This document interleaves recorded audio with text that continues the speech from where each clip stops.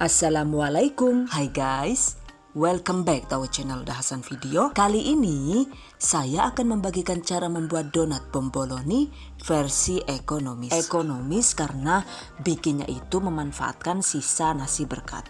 Selain itu juga pembuatannya sangat simple karena tanpa menggunakan mixer dan tanpa diulen. Tuh lihat, walaupun tanpa mixer juga hasilnya bisa tetap lembut, cantik, dan tetap ada white ringnya ya, karena pembuatannya itu menggunakan teknik autolisis. Penasaran kan gimana caranya membuat donat dengan teknik autolisis? Oke guys, just check it out. Tunggu dulu. Sebelum lanjut ke sesi berikutnya, jangan lupa di subscribe dulu ya guys. Thank you so much for having subscribed us. And let's get started on today's lesson. Bahan dan cara membuat. Pertama, siapkan bahan A. Bahan yang dibutuhkan yaitu 350 gram atau sekitar 3 centong nasi sisa dengan kualitas yang masih bagus.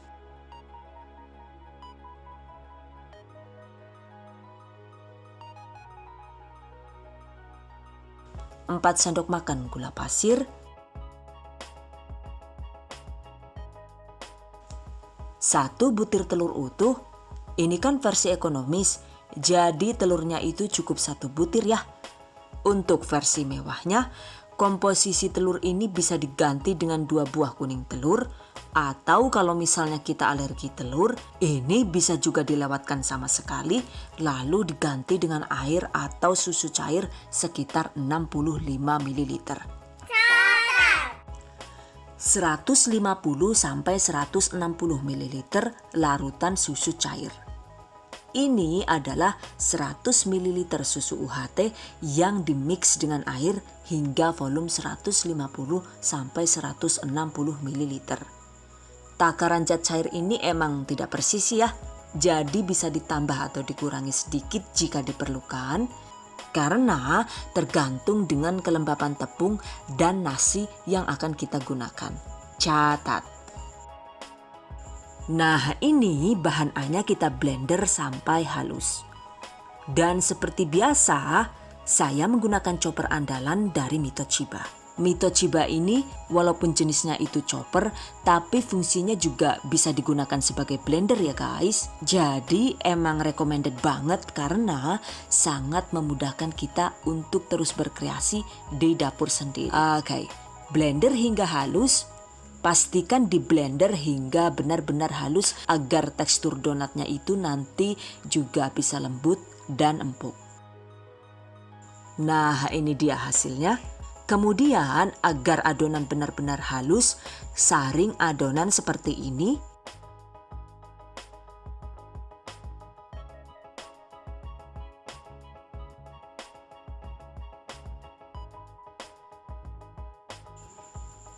Buang ampas nasi yang tersisa. Dan ini dia hasil saringnya. Ini kita sisihkan dulu ya guys. Selanjutnya siapkan bahan B yaitu 500 gram tepung protein tinggi, contohnya tepung cakra kembar. Kemudian tuangkan bahan B ini ke dalam bahan A tadi. Aduk dengan tangan bersih hingga tercampur rata. Kalau mau menggunakan sarung tangan juga boleh, cuma kalau saya nggak terbiasa sih. Karena orang desol gitu, jadi cukup mengandalkan tangan asal sudah dicuci bersih. Catat, adonannya ini emang lumayan lengket ya guys, but it's okay, nggak masalah ya. Terus diaduk sampai asal rata saja, jadi tidak perlu diulen hingga kalis elastis. Nah, karena ini kan kita mau menggunakan metode autolisis tuh. Jadi untuk ragi instan dan bahan lainnya itu kita tambahkan belakangan ya.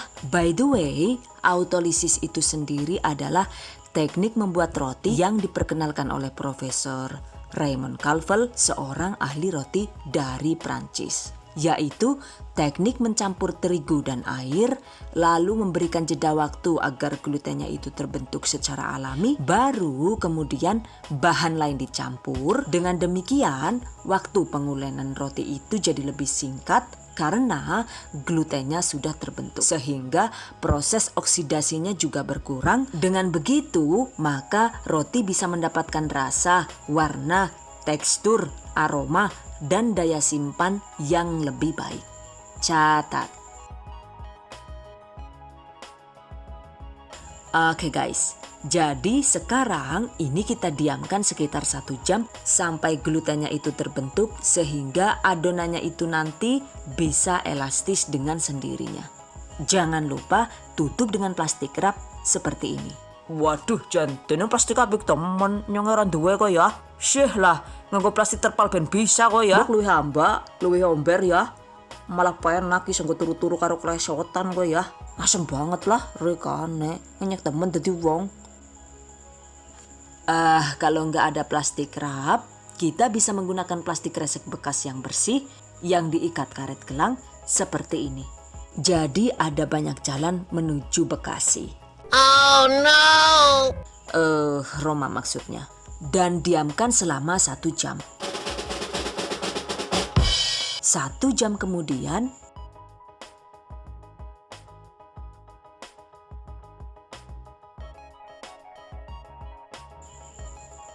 nah lihat, setelah 1 jam ternyata glutennya itu sudah terbentuk, jadi adonannya terlihat lebih lentur dan kalis elastis seperti ini.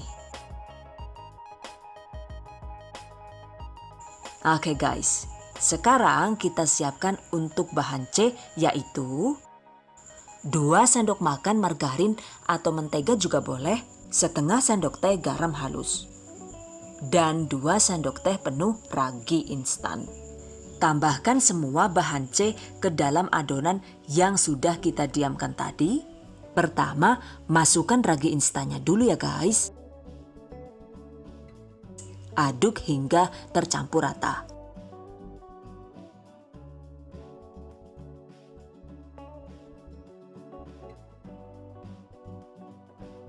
Lalu tambahkan margarin. Aduk sebentar. Dan tambahkan juga garam halus. Aduk hingga adonan benar-benar tercampur rata. Mungkin cukup diaduk tangan sekitar 5 menit ya guys. Jadi enggak yang pakai lama gitu. Sambil sesekali dibanting ringan agar ragi menyatu ke dalam adonan.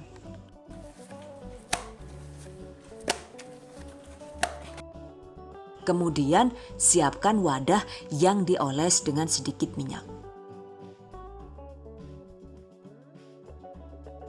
Lalu bulatkan adonan tadi. Jika lengket, taburi dengan sedikit tepung terigu. Maksimal itu cukup 1 sendok makan saja ya. Jangan banyak-banyak.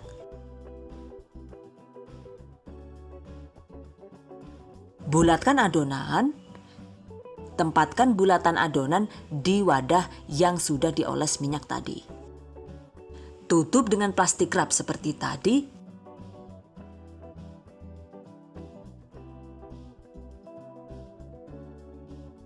Atau cukup menggunakan kresek bersih bekas seperti ini juga boleh. Silahkan gunakan alat yang ada saja ya. Oke guys, sekarang untuk proses proofing ini diamkan sekitar 1 jam atau sampai adonan mengembang 2 kali lipat. Dan 1 jam kemudian, nah ini dia. Setelah mengembang 2 kali lipat, kempeskan. Jadi emang sengaja ditinju agar angin yang terjebak itu bisa keluar ya. Tuh lihat, adonannya sekarang terasa lebih lentur lagi ya. Selanjutnya siapkan alas donat, bisa berupa kertas baking atau menggunakan kertas bakpao seperti ini.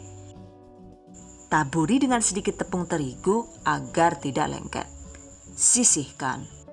Lalu bagi adonan tadi menjadi beberapa bagian dengan berat sesuai selera. Ini saya bagi menjadi 24 bagian dengan berat masing-masing sekitar 45 gram. Bulatkan.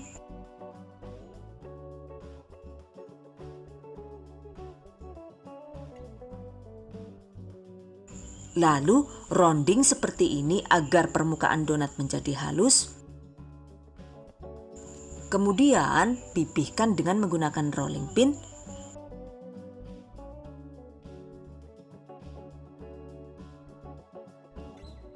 Lalu tempatkan di atas kertas tadi ya. Lakukan sisanya hingga habis. Setelah itu tutup menggunakan kain tipis. Diamkan sekitar 20 menit hingga adonan mengembang. And 20 minutes later. Dan ini dia, setelah 20 menit adonannya sudah cukup mengembang ya. Untuk membuat donat ini emang waktu proofing kedua itu tidak boleh lama-lama. Jadi jangan sampai adonannya itu overproofing atau terlalu mengembang. Karena nantinya itu saat digoreng hasilnya jadi rawan keriput dan kempes. Catat.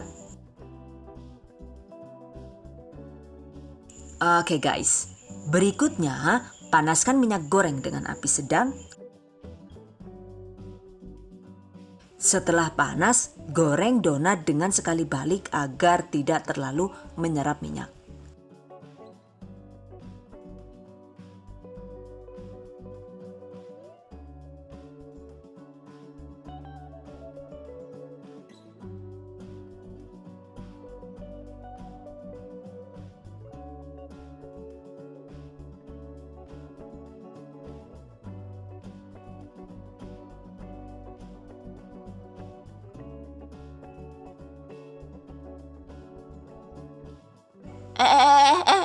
Deneng kepriwe ki ya lah yuk.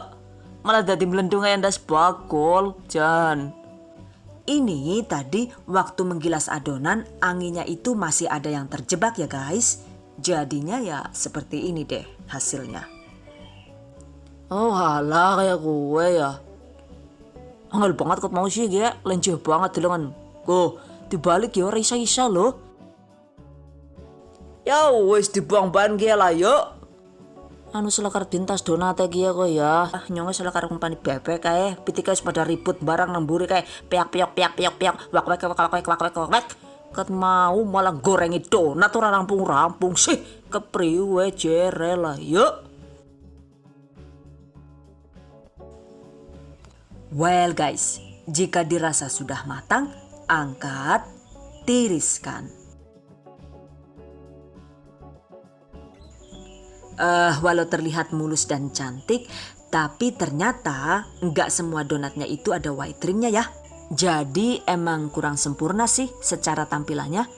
Karena emang ini adalah percobaan pertama saya membuat donat dengan teknik autolisis. Jadi menurut saya sih kalau lebih sering praktek pastinya kedepannya itu hasilnya akan lebih sempurna. Catat. Jangan lupa goreng sisanya hingga habis.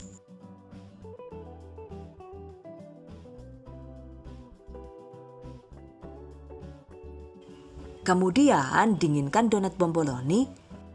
Lalu siapkan gula donat secukupnya. Taburi donat yang sudah dingin dengan icing sugar sesuai selera.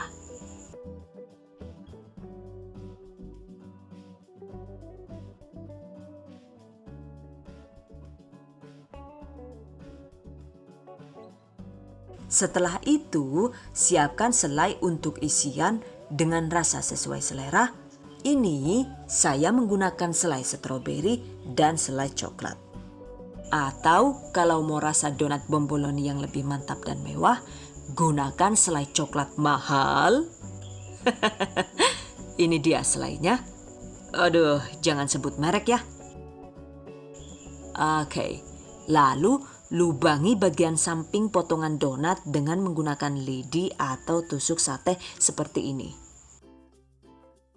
Kemudian masukkan selainya seperti ini. Jadi selainya itu dimasukkan di wadah plastik segitiga agar mudah diinjeksi.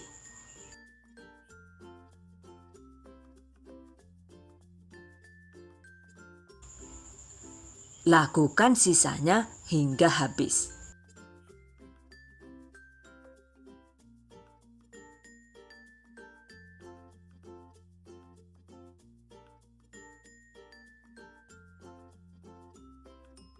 Selesai.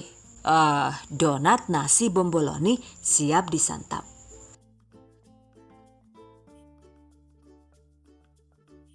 Tuh, lihat, menggoda banget kan ya? Jadi, walaupun bikinnya itu tanpa diulen, seratnya itu bisa lembut dan padat. Pastinya mantap banget untuk ide usaha.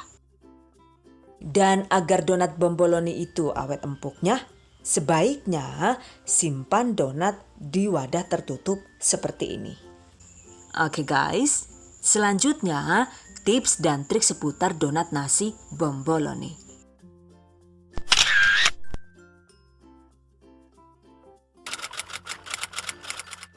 Saat proses proofing adonan, sebaiknya adonan cukup di-proofing sampai mengembang 2 kali lipat ya guys. Untuk waktunya itu memang tidak persisi, tergantung cuaca ya. Jadi mungkin bisa cukup 1 jam atau 2 jam menyesuaikan dengan suhu ruang. Karena kalau dibiarkan sampai mengembang besar seperti ini, maka hasil akhirnya itu jadi rawan keriput dan kempes. Selain itu juga bau raginya itu jadi sangat kuat ya. Walaupun akhirnya bisa hilang dengan sendirinya saat digoreng. Seperti ini nih contohnya. Jadinya kurang cantik ya. Cuma emang walaupun terlihat jelek, untuk teksturnya itu masih bisa lembut dan moist. Catat. Saat proses mencampur adonan itu emang sangat lengket. Mungkin karena menggunakan bahan dasar nasi gitu. Jadi lengketnya itu mirip dengan adonan donat kentang. Cuma walaupun lengket begini sebaiknya jangan pernah ditambahkan tepung lagi. Jadi cukup diaduk hingga rata dan abaikan tekstur lengketnya. Karena jika kita menambahkan tepung lagi, emang sih hasilnya jadi lebih kalis dan mudah dibentuk. Tapi ternyata adonan jadi berat saat digoreng dan hasilnya jadi bantat seperti ini. Karena tidak mengembang sempurna, jadinya white ringnya itu sama sekali tidak muncul. Catat. Teknik autolisis ini sebenarnya bukan berarti harus menghindari penggunaan mixer ya guys. Kalau mau praktis mengaduk, setelah adonan didiamkan, kita bisa mencampurkan ragi, margarin, dan garam dengan menggunakan mixer.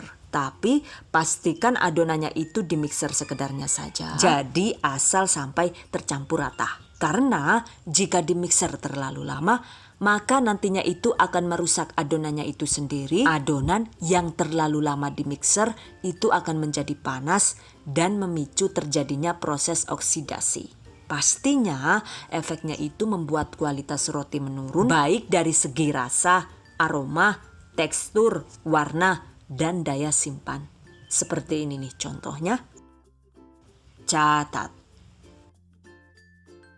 By the way, ini kan tadi walau bikinnya itu bisa tanpa mixer, tapi ternyata harus menggunakan blender karena kan emang resepnya itu menggunakan nasi yang harus dilembutkan. So, misalnya kalian ingin membuat donat yang lebih praktis lagi, tanpa menggunakan mixer ataupun blender, sebaiknya gunakan resep lain yang tidak mengharuskan adanya penggunaan blender. Misalnya resep donat maizena, donat kentang, donat madu, donat ekonomis, dan lain-lain. Jadi intinya sih metode autolisis ini itu bisa diterapkan di semua aneka resep roti yang kita buat. Rumusnya itu semua bahan cair itu kita campurkan dulu dengan bahan tepung, lalu diamkan minimal 1 jam. Sementara untuk bahan yang mengandung lemak seperti mentega atau margarin itu kita campur belakangan ya. Begitu juga dengan bahan raginya. Karena jika dicampurkan di awal, maka bahan-bahan tersebut itu tadi akan menghambat proses autolisis itu sendiri. Catat. Jadi kalau misalnya mau menggunakan teknik autolisis dengan cara mencampurkan semua bahan menjadi satu, itu juga nggak masalah sih.